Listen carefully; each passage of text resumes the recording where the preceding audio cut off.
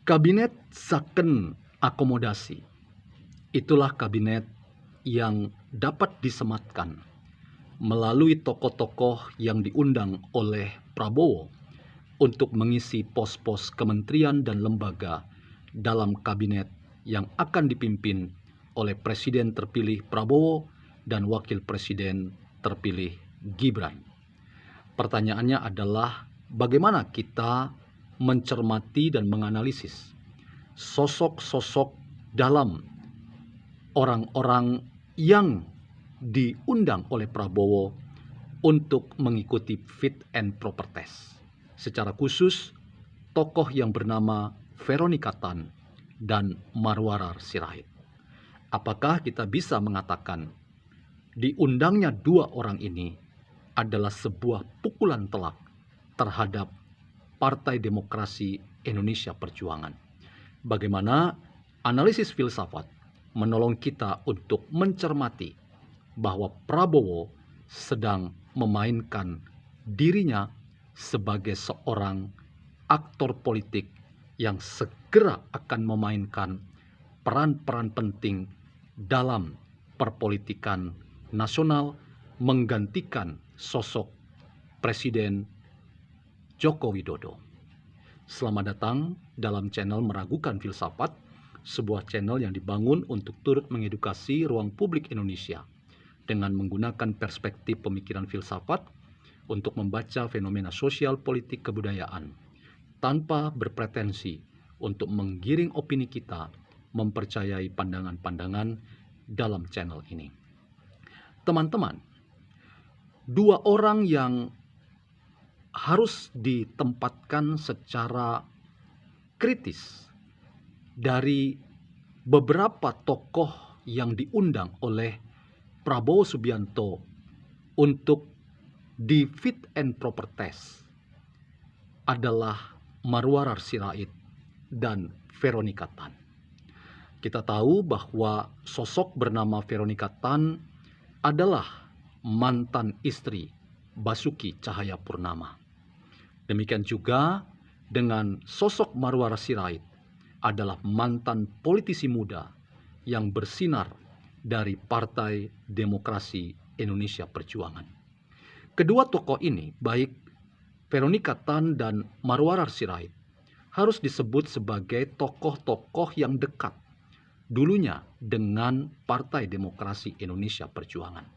Saya ingin mengajukan sebuah tesis bahwa pemanggilan kedua tokoh ini harus disebut sebagai sebuah pukulan telak terhadap Partai Demokrasi Indonesia Perjuangan yang sampai detik terakhir belum menunjukkan dukungan yang signifikan terhadap kepemimpinan Prabowo Gibran sebagai Presiden dan Wakil Presiden Indonesia terpilih.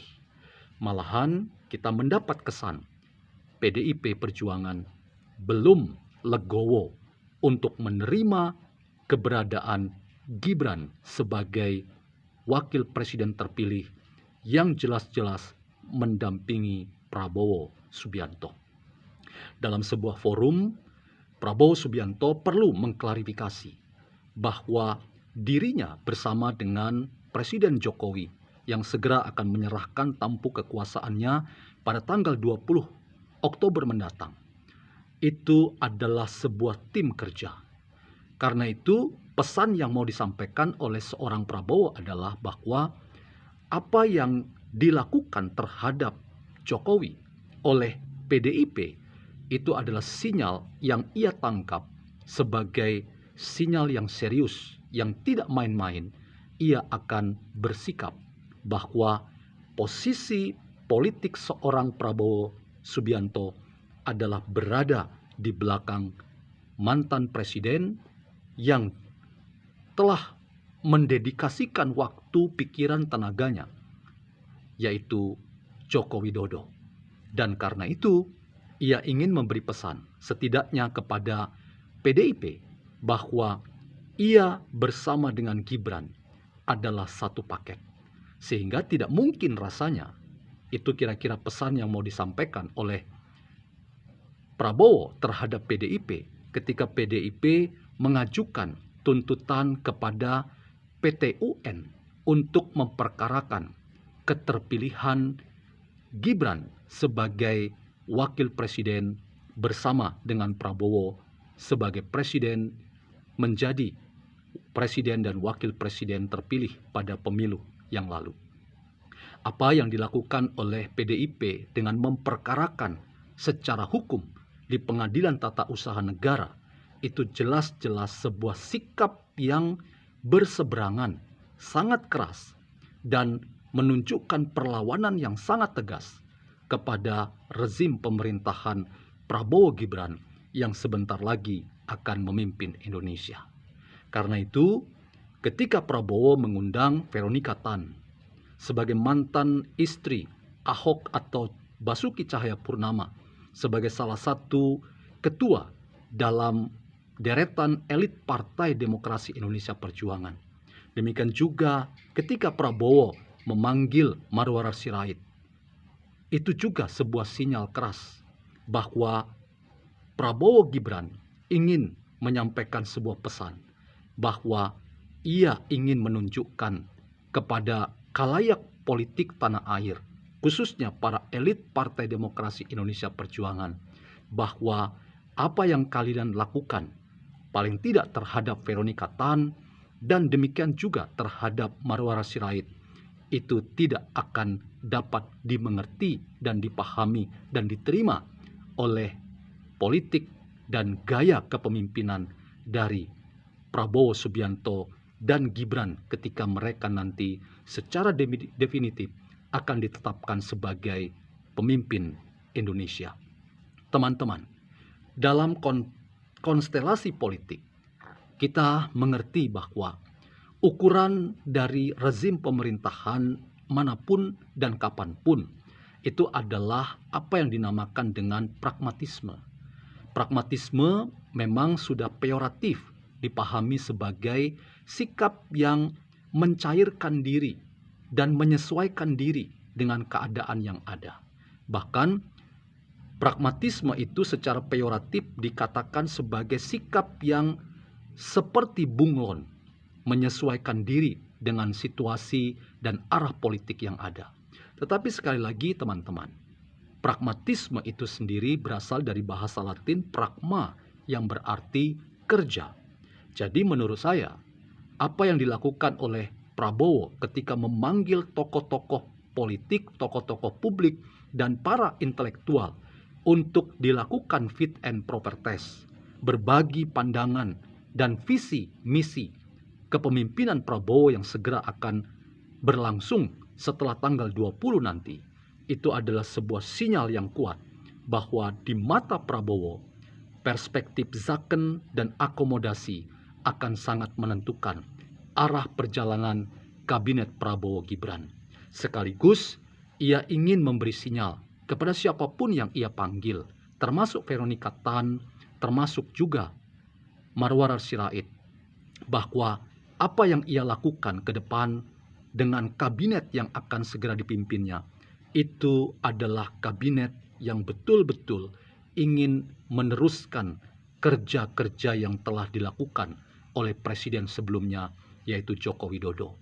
Bahwa apa yang dilakukan Prabowo itu ingin memberi sinyal bahwa seorang Prabowo itu satu visi dengan Joko Widodo. Dan dalam konteks itu tidak mungkin rasanya Prabowo tidak akan mengakomodir orang-orang yang selama ini telah menyatakan kesetiaan terhadapnya, termasuk kesetiaan terhadap Joko Widodo sebagai presiden yang telah memberikan legasi bagi seorang Prabowo untuk memimpin Indonesia dalam masa kepresidenan ini. Karena itu teman-teman, pemanggilan Veronica Tan, pemanggilan Marwarar Sirait adalah sebuah sinyal keras bahwa apa yang mau dikatakan oleh Prabowo, bahwa mereka berdua adalah tokoh-tokoh yang selama ini telah ditempatkan seperti Jokowi, dikeluarkan dari Partai Demokrasi Indonesia Perjuangan, tetapi sekarang diberi ruang dan aktualisasi diri untuk dapat memainkan peran-peran signifikan. Inilah yang disebut dengan pukulan telak terhadap Partai Demokrasi Indonesia Perjuangan yang masih sekali lagi harus dikatakan belum legowo untuk menerima kemenangan Prabowo Gibran sebagai presiden dan wakil presiden terpilih. Kekuatan filsafat pragmatisme sekali lagi adalah memanggil semua orang yang mau membentuk tim kerja yang solid untuk meneruskan, melanjutkan apa yang sudah diwariskan oleh Jokowi. Sekaligus pesan politik yang keras bahwa siapapun yang menghalang-halangi kerja-kerja dari tim kerja yang dibangun oleh Prabowo Gibran itu adalah kontraproduktif dengan semangat rekonsiliasi yang dilakukan oleh Prabowo dengan mengakomodir kekuatan-kekuatan partai-partai politik yang ada di tanah air. Sekaligus istilah kabinet second akomodasi itu diikat oleh apa yang dinamakan integritas para tokoh, yaitu kekuatan moral dan etika para tokoh, agar mereka semua ketika mengemban amanat yang dipercayakan oleh Prabowo sebagai presiden yang akan memimpin kita, itu betul-betul diarahkan pada kerja-kerja terukur dengan tujuan dan sasaran hanya satu saja, yaitu keadilan dan kesejahteraan bagi masyarakat luas. Karena itu, Partai Demokrasi Indonesia Perjuangan nampaknya usaha Anda untuk memperkarakan keterpilihan Gibran Rakabuming Raka itu hanya memperkeruh suasana demokrasi di Indonesia.